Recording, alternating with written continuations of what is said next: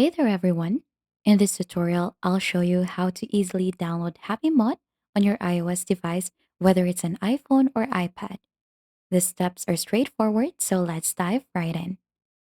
So let's get started on the hassle-free journey. First, you'll need to open up your device settings and follow these steps. Scroll down to General and then find Background App Refresh. Make sure it's turned on. This simple tweak ensures a smooth download process. Next, launch your preferred browser like Safari, then search for happymod.com. So that's their official website. And this is where the magic happens.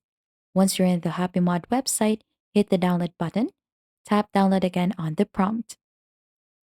As you can see, HappyMod will start downloading, and now you need to open your settings again.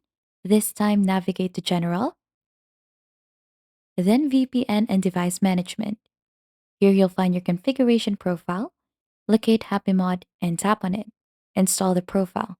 After installing the profile, HappyMod is successfully downloaded onto your iOS device. And there you have it.